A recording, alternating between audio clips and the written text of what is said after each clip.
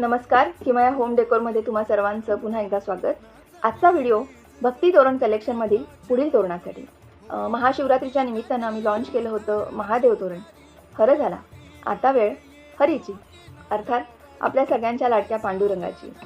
चला तर बघूया विठ्ठल तोरण. एका पाशाणी तो सांग मा बालका